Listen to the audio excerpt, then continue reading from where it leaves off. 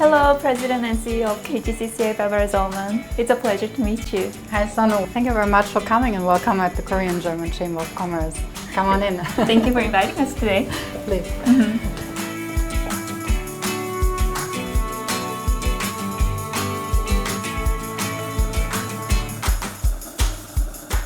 Could you introduce KGCCI for our viewers, please?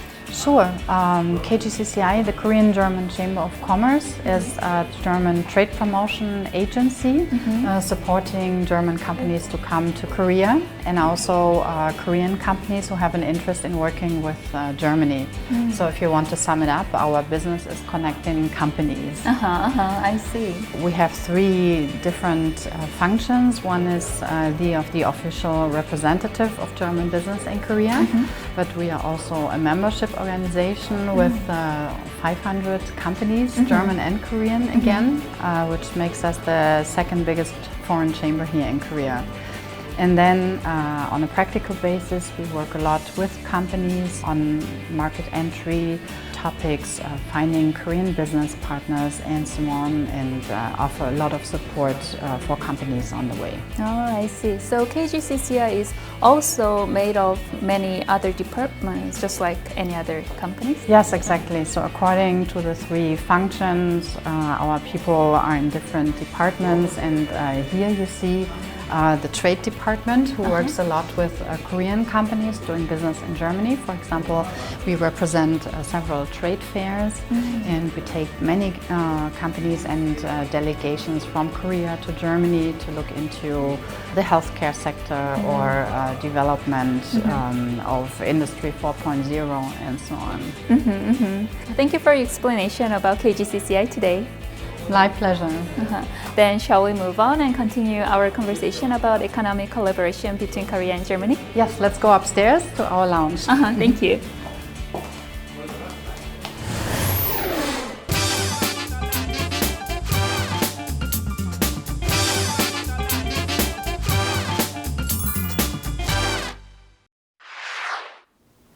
President and CEO Barbara ZOLLMANN, thank you very much for joining us today. Thank you for your interest in our chamber. How long has it been since you came to Korea?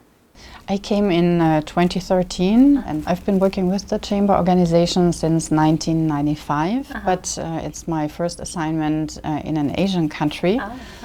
So for this reason, I was particularly curious about Korea. I see. Actually, I've heard that your life motto is innovation together. Do you think the meet between Korean and German companies can be seen as innovative? I think they have a very great overlap of talents. They don't have the same, they have different talents. For example, Korea with its can-do attitude and pali-pali and very strong in getting things done.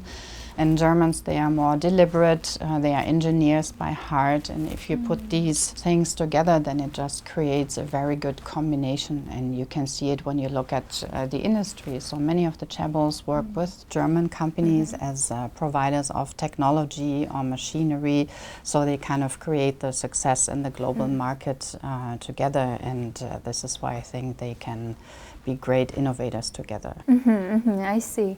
What are some strengths and weaknesses of Korean companies? I think the biggest strength is to come from nothing and to create something. So what the Korean people basically did since the time of the Korean War, and the same attitude they bring into the companies, and with very little resources they start and then create something bigger and important, and they are just capable of pushing through things very quickly. While Germans still think about it and plan, Koreans already have done it. And they are very open to technology, and I think this enables also what happens right now with AI and 5G and big data. So all of this is driven by technology and blockchain, and you can continue like this. And the Koreans are all on the forefront of this. What could be some weaknesses that we can improve? Well, of course, you have to look at individual cases, but I think sometimes also long-term thinking or long-term planning can help. And also, I would say, a little bit more openness to real cooperation, because the topics that companies and nations tackle today, they are so big that I believe that no company, no nation can solve such issues by itself. What are some ways in which Korean and German companies can create synergy? Well, there are, for example, research programs which have the idea to bring together small and medium-sized companies, and I think that's very intriguing because they mostly lack the resources for such international cooperation, so I see much value in this. And then, of course, individual companies who see opportunities.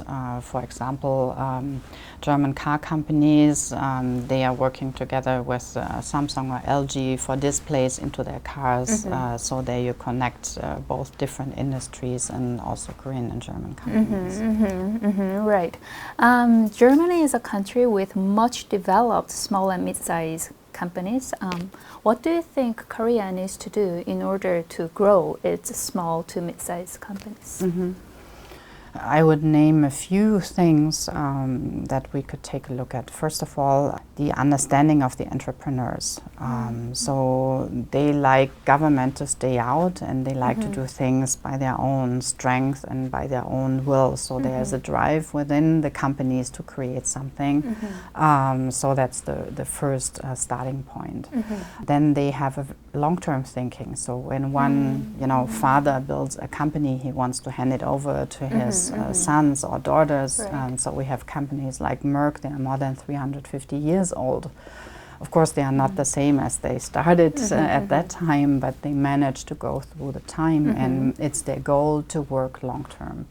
And then from the point of the government, companies just need a good environment to grow in, and for companies this always means low taxes, flexibility, and then low regulation, and easy ways to bring their new products into the market so that they are not hampered by too much bureaucracy and in order to bring things to the market, especially nowadays where technology is going so fast. I see. That's why it's a good idea that the Korean government creates sandboxes for different areas, and probably could create more of these type of things in order to shorten the time to market period. Right. What are some goals for KGCCI this year? Well, our overall mission is always to work with companies who like to look into the other market, and this is true not only for Germans coming to Korea, but we will also work with a lot of Koreans who have an interest in the German market. We help them on trade fairs, we go with delegation trips so that they can, benchmark in Germany and look into areas that they are interested in. In addition to that, I think it's a good time to work more on the energy topic, because it's a good time frame right now. So every country needs to think about its setup, of the energy balance, and Germany is very interested in working with Korea in this area. So we have a lot of projects going on in this part. I know KGCCI is busy with a lot of things going on every single year, and especially this year is the 5th year for running Innovation Award. Yes. What prompted KGCCI to organize this award? Well, to put it simple, innovation is the key to survival in the global market. And Korea and Germany are both highly industrialized countries, so they have to watch that their industrial base is not going away. And at the same time, we talked about the strength of both countries. They accelerate high in terms of innovation, and you can see this at the Bloomberg Innovation Index. Korea is for the 6th time #1. And this, you look like you did not know, and many Koreans don't know. They say, "Oh, it's so innovative." Yes, you are. And Germany is again #2. So there you can also see that we saw there is a similarity between them, and we just wanted to accelerate cooperation in this area. And we are happy that it's already the 5th time, and the application period is still running. So for every company located in Korea, be it a German company located in Korea or a Korean company itself, they can all apply until the end of May 2019. Oh, I see. Then what are the standards for being awarded? Well, first of all, we have 3 categories that companies can choose. One is a general business category, so every company falls into this one, but then there are 2 more specialized ones. One, sustainability, in terms of, for example, green energy or environment, or even sustainable HR concepts. And the 3rd one is digitalization, also a very timely one. And we have a jury which basically judges on 4 criteria. One is the degree of innovation. Is it incremental or something moving the world some more? But then the concept also has to be proven in the market, not just a good idea that was developed yesterday, but you also have to have clients already adopting it and seeing that it works out. Then of course that it makes a difference to the company and additionally benefit to the society. I see. So it's more than profit for the company, but also really something for the society. So it goes beyond the just innovation. Yes. I've heard that one of the factors in Germany's huge success in manufacturing is Ausbildung. What exactly is this concept? Ausbildung is also a very old concept, as old probably as companies exist in Germany, because at all times companies needed skilled people, and they developed skills by basically older people teaching younger people and passing on knowledge. So this is kind of the origin. Nowadays you can describe it as a training, very in-depth training in a profession, where people mostly learn in companies, 70%, and only to 30% degree they learn at school, but matching knowledge to what they've learned practically in the companies. I see. And that's the point, the practical training and the slow build-up of increasing capacity, what the young people can do, and the tasks are getting bigger and bigger, their responsibilities getting bigger and bigger. So that's kind of the holistic concept of learning behind it. In Germany, there are about 350 or 80 professions where you can get trained in, and it's very common for people to do such Ausbildung. I did one, 1987 I think I did, also in an energy company, so that's how I started, and I think that's always a good example for people to know. It's a different kind of educational path, but it's not the end, it's just the beginning of something that comes during lifetime development.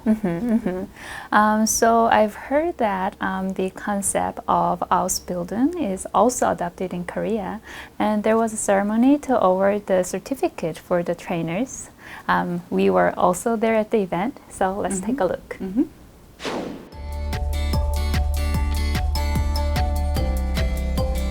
On May 15th, a ceremony was held to certify the 3rd generation of trainers to pass the course for Ausbildung. a course developed in Germany for professional training. KGCCI brought this exact system to Korea, the first Asian country to adopt it. We've developed so much, so we have almost 330 young people in the program. We have more than 130 trainers working in 85 workshops all over the country, and I'm so glad that the program is accepted here in Korea. Welcome to The ceremony kicks off with opening remarks from the German ambassador to South Korea.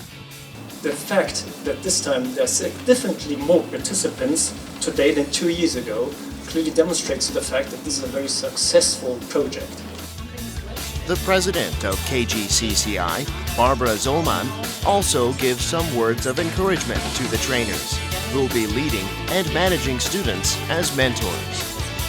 I want you to go home with the feeling that you don't only do a small thing, but with Ausbildung we implement a different kind of education and establish a different kind of career path in Korea, so that we are really moving something together in society. At today's ceremony, 57 trainers are getting their certificates. They'll now be teaching students in the Ausbildung program from this September. 채용하게 될 트레이니가 지속적으로 발전할 수 있는 모습을 계속 지켜보고 싶습니다. 자기주도적인 방식을 좀 많이 활용할 수 있게끔 트레이니를 좀 유도할 생각입니다. 제가 일방적으로 그런 주입식 교육을 시키는 것이 아닌 정말 후배들이 스스로 할 수 있게끔 지켜봐주고 도와주는 프로그램으로 알았고, 제가 이거 교육을 받고 나서 후배들한테 한번 해봤는데 정말 후배들이 잘 따라와 주더라고요. Interest is growing in the Ausbildung program because it provides training tailored to specific companies and guarantees employment. The big advantage of this program is that on the one hand we train the people on what are exactly the needs of the automotive industry, of the mechatronics, and at the same time these people are gaining a practical experience inside our workshop. 자기 전문 분야에서 전문가로 인정받고 충분한 보수를 받으면서 사회적 역할을 한다는 것, 이게 아우스빌딩이 그 사회에 만들어내는 큰 컨트리뷰션이라고 생각합니다.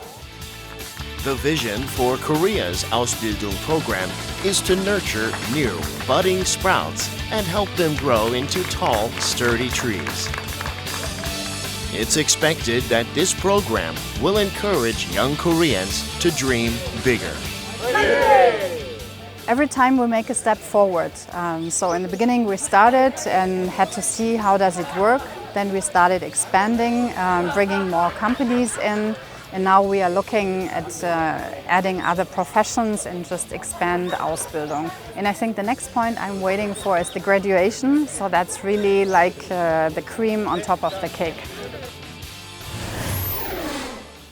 So what were the reasons for adopting Ausbildung in Korea? When I came to Korea in 2013, I felt early on that companies have a need for skilled people. Of course, Korea has very skilled people, but most of the young people prefer an academic education, and this equips them with a different kind of skill sets. And our companies needed people who are more familiar in the field and know more practical things, and they were looking for ways to find these people. And over time it became clear we have to build such capabilities here in Korea, and then we started looking into Ausbildung. And in the field of the automotive industry, the companies with all their service outlets, they had the most need in their area. So we started with this profession of auto mechanic. And this year we already have probably around 330 trainees in the program overall, so it's really getting bigger and bigger every year. Earlier in your interview, you briefly mentioned the renewable energy, and Germany is one of the top countries when it comes to renewable energy worldwide. And I know that there are a lot of collaboration and projects going on between Korea and Germany. Could you tell us about this, please?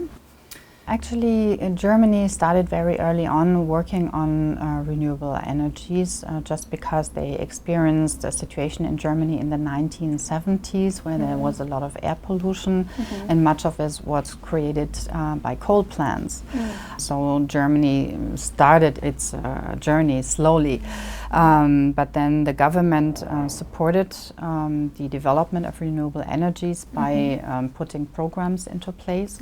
And nowadays Germany and also Europe overall has come very far, and we like to work with Korea, who looks into similar issues right now, to learn from the experiences we made. At the same time, besides working with companies, there's also a policy exchange going on between Korea and Germany, so that also institutions and government agencies are involved.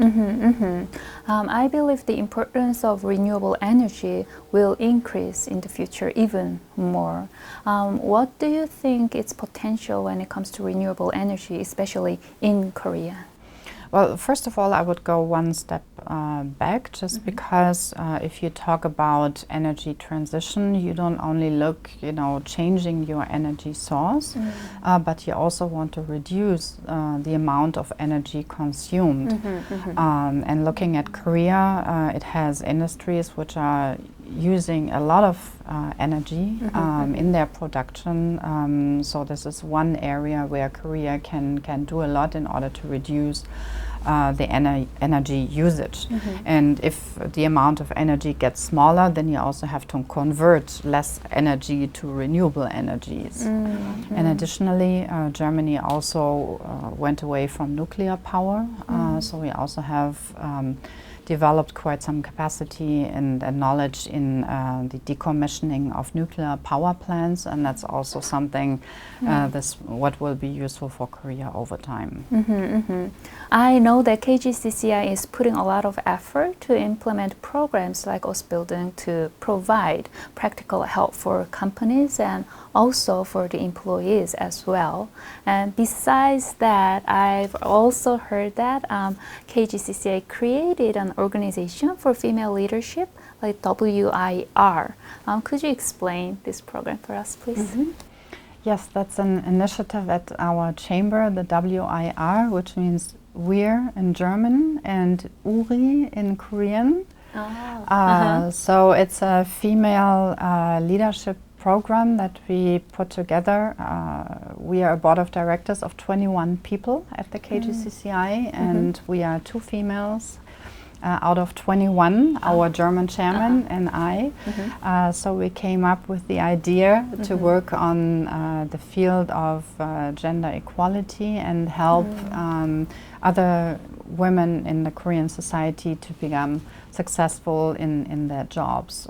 And last year we started with a mentorship program, and this year we start with a bigger program, so we more than doubled the number of mentors working with us, and accordingly we can also accept twice as many mentees into the program.